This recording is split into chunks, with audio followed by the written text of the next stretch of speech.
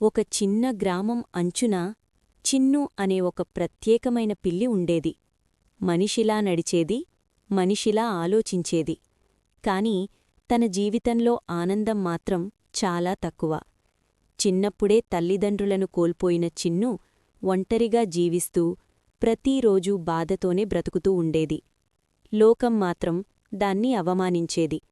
కాని చిన్ను హృదయం మాత్రం ఎంతో గొప్పది. తన దగ్గర ఉన్న కొద్దిపాటి ఆహారాన్ని కూడా ఆకలితో ఉన్నవాళ్లకు పంచేది.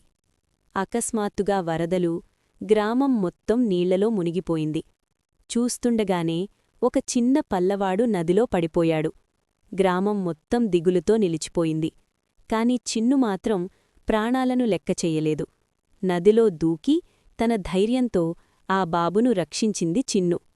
అప్పుడే గ్రామం మొత్తం చిన్ను గొప్పతనాన్ని గుర్తించింది. అప్పటినుంచి చిన్ను గౌరవంతో జీవించింది. ఈ కథ మనకి చెప్పేది ఒక్కటే: రూపం కాదు ముఖ్యం, మనసే నిజమైన అందం. Hi friends, tap the subscribe button.